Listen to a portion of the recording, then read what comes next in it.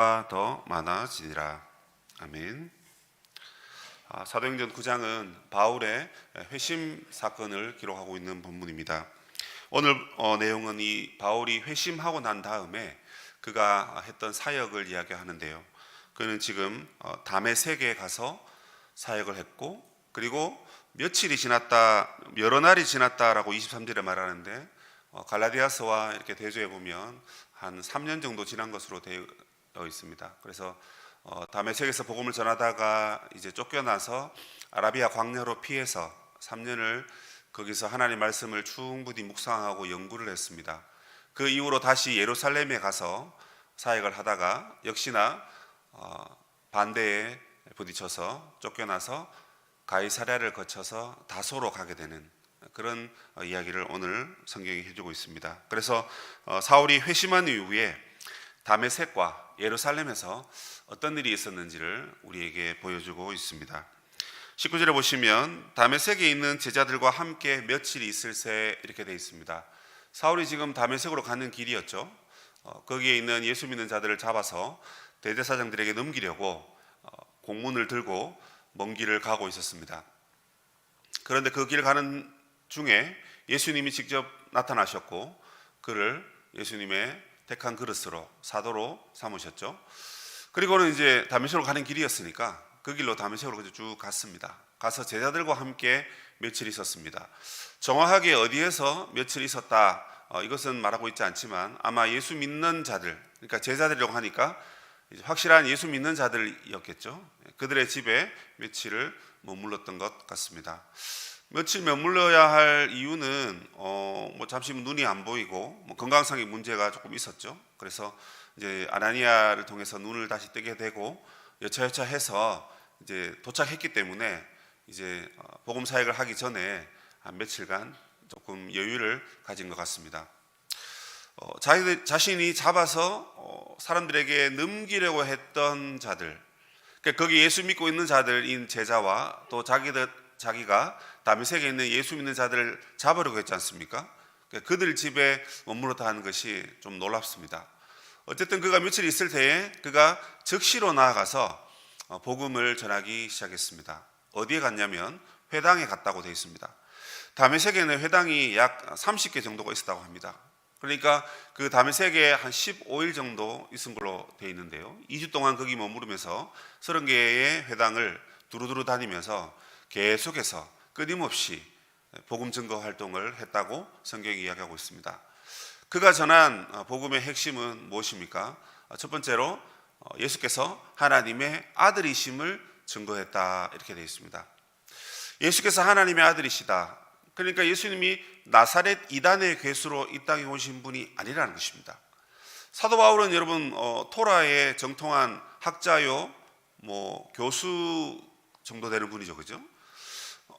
사울이요. 그럼 그 사울이 그 정도 능력이 있는데 예수님에 대한 여러 가지 말씀이라든지 또 왜 예수 믿는 사람들이 저렇게 핍박받으면서까지 죽어가면서까지 예수님을 전하는가 그런 현상들도 보았을 것이고 또 스스로 말씀을 많이 알고 있기 때문에 예수님은 내가 봐도 이단인 것 같은데 이제 이렇게 한 겁니다.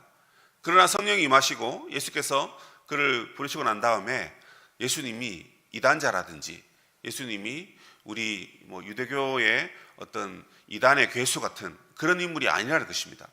예수님은 하나님이 우리에게 보내신 하나님의 아들이시다 하는 것을 그가 깨닫게 되었고 믿게 되었고 그래서 그것을 증거한 것입니다. 근데 사람들이 그것을 듣고 아니 예수의 이름으로 복음 전하는 사람을 잡아서 대제사장에게 끌고 가던 사람이 왜 갑자기 예수님이 하나님의 아들이라고 하지? 하면서 모든 사람들이 다 놀라게 됩니다. 여기에서 이제 놀라게 되는 부류가 두 부류로 나누는데요. 먼저는 이제 예수님의 제자들입니다. 예수 믿는 자들이 놀라는 거예요. 아니 이 사람이 우리를 잡아 죽이던 사람들인데 어떻게 갑자기 우리가 믿는 예수를 자기도 믿는다고 하지? 하면서 지금 사람들이 놀랍니다. 근데 그 놀라는 모습을 보면서 이 사울이 더 힘을 얻어서 예수님이 그리스도다라고 또 복음을 전합니다. 더 힘을 얻었다라는 것은 성령이 우리에게 임하였듯이 이 사도 바울에게 가슴에 아마 은혜로 임한 것 같습니다.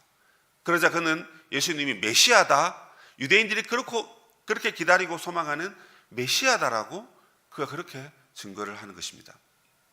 사람들의 반응이 어땠습니까? 이제는 유대인들이 반응하기 시작했습니다. 유대인들이 당혹감을 감출 수가 없었다는 것입니다. 이 당혹감이라는 것은 갑자기 정신을 잃어서 내가 무슨 행동을 해야 될지, 무슨 말을 해야 될지 떠오르지 않는다라는 그런 상태를 말하는 것입니다. 그러니까 처음에 이제 예수가 뭐 하나님의 아들이다 하는 말도 뭐 유대인들이 보기에도 싫어하는 말이고 뭐 그런 말인데, 이제 유대인들에게 증거하기를 예수님 메시아다 이렇게 말하는 것입니다. 그러니까 완전히 지금 사울이 예수 믿는 사람이 된 것입니다. 예수님의 제자가 된 것이고 예수 그리스도의 증인이 된 것입니다.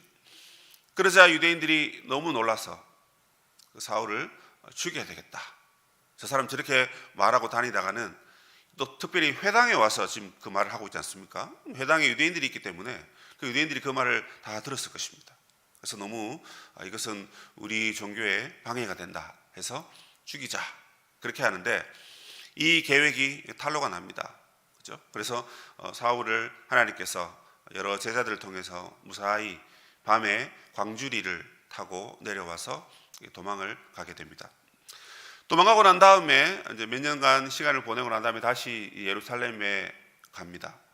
아마 이 아라비아 광야에서 열심히 율법을 연구하고 또 본인이 알고 있는 그 율법의 핵심들을 예수님과 대조시켜 보니까 예수님이 그리스도이시고 예수님이 하나님의 아들인 것이 더 정확하게 이제 믿어지고, 그리고 이제 유대인들에게 반박할 수 없는 논리로 또 말씀으로 예수님이 우리의 구원자다 하는 이야기를 할 수 있게 된 거죠.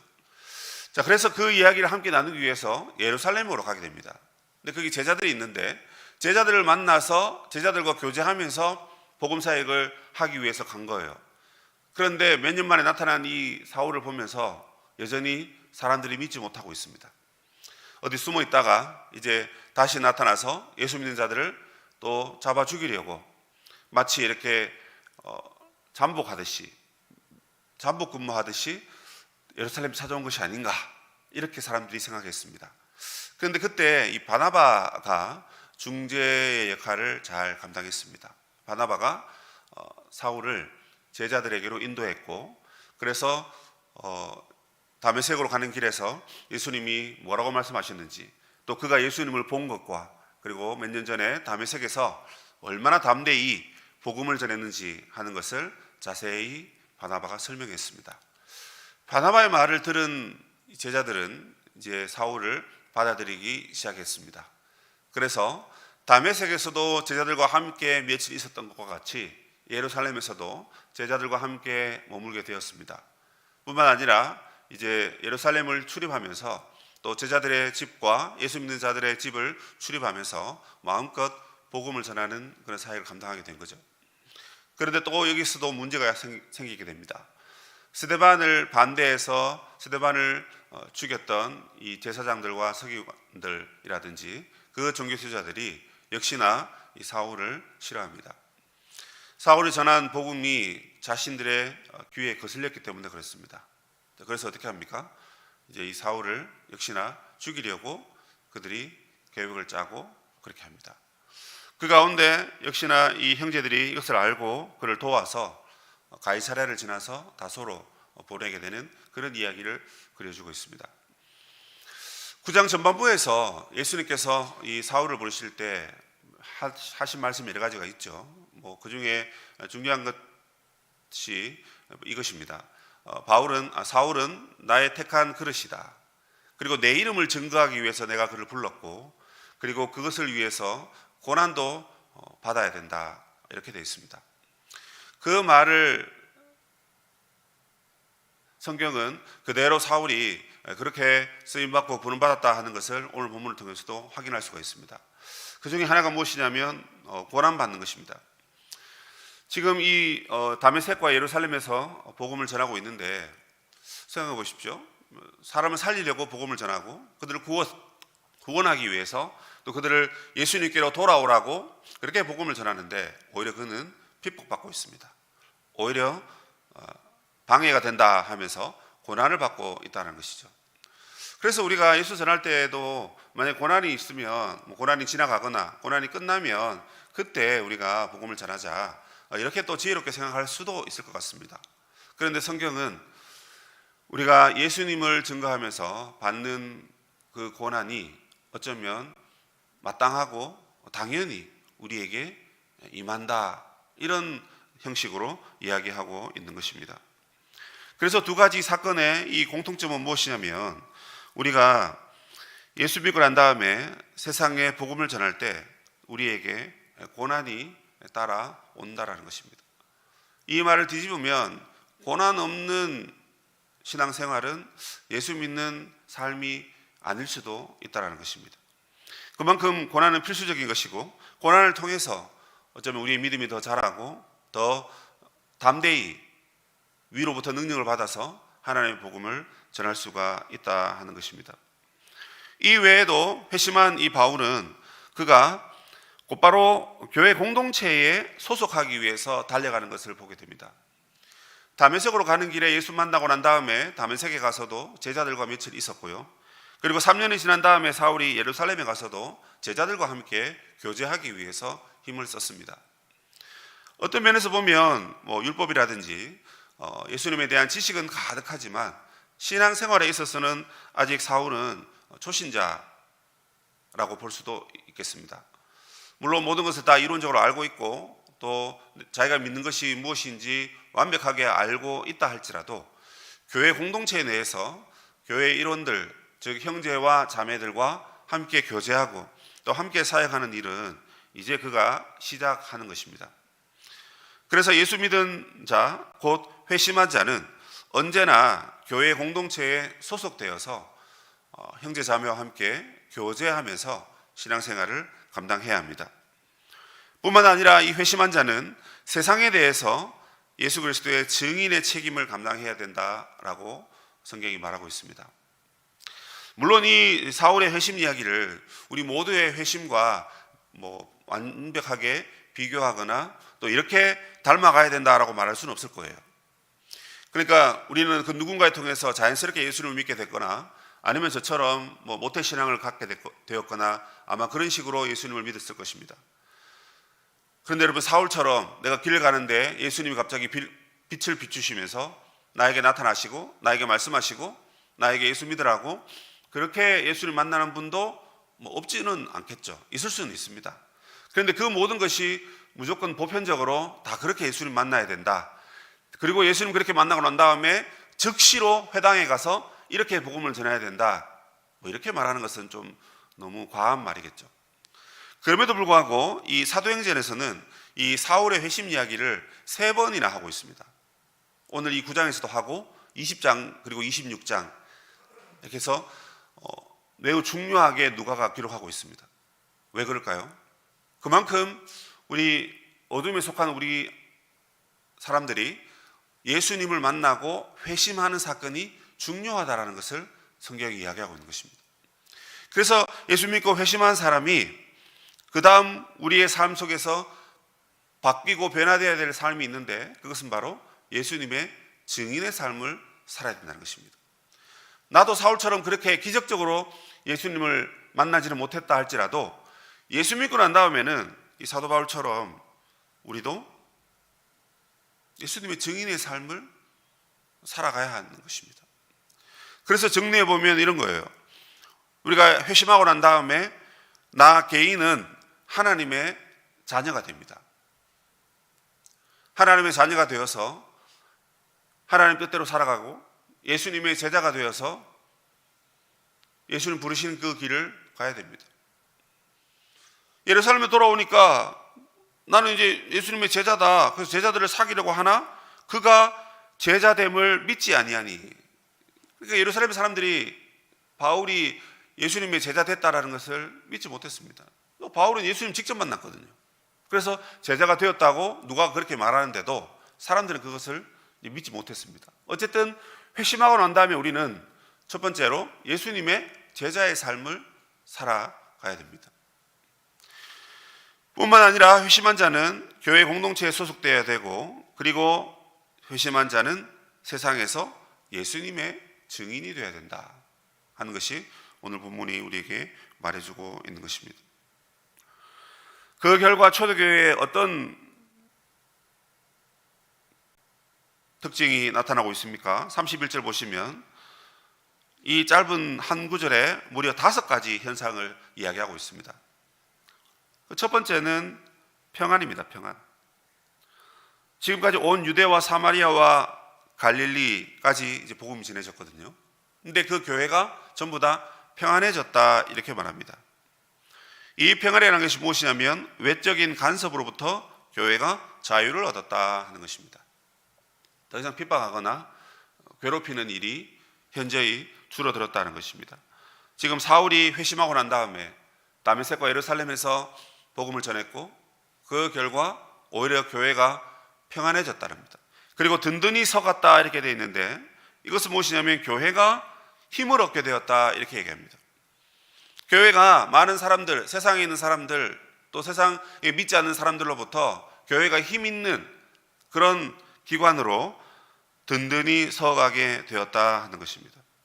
뿐만 아니라 성령의 도우심을 교회는 크게 느끼게 되었고, 그리고 주님을 경외하는 마음도 사람들 가운데 생기게 되었습니다. 그리고 제자의 수가 더 많아지게 되었다 하는 것입니다. 자, 여러분 어떻습니까?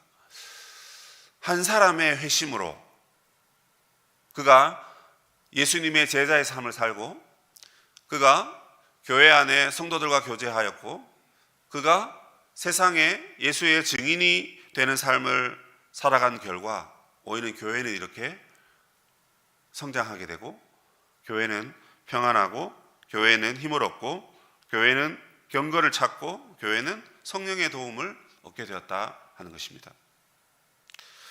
오늘날도 여러분 교회에는 많은 사람들을 주께로 돌아오게 하는, 즉 회심케 하는 그 사역을 많이 감당해야 될 줄로 믿습니다. 어떻습니까?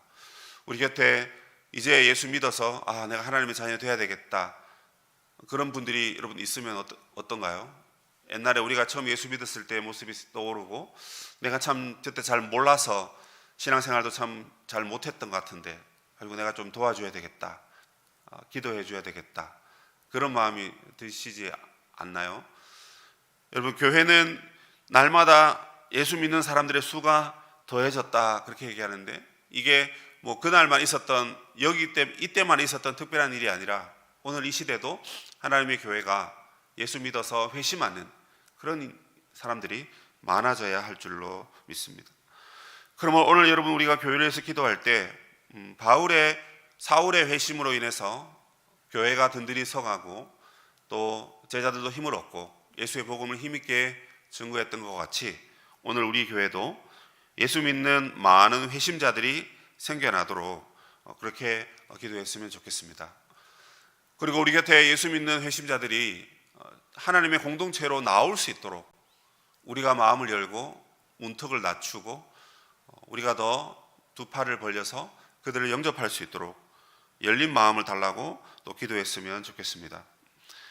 그러나 개인적으로 예수 믿고 개인적으로 교회 가는 것뿐만 아니라 이 회심자들이 곧바로 세상에 나가서 예수님의 제자로, 예수님의 증인으로 살았다라고 말한 것과 같이 복음의 증인의 삶을 우리 모두가 살게 해달라고 여러분 그렇게 기도하면 좋겠습니다. 믿지 않는 자들이 믿는 것 참 중요하고요, 또 이미 믿은 우리가 어떻게 믿었는지를 떠올리면서 저와 여러분이 예수님의 증인이 되어야 할 줄로 믿습니다.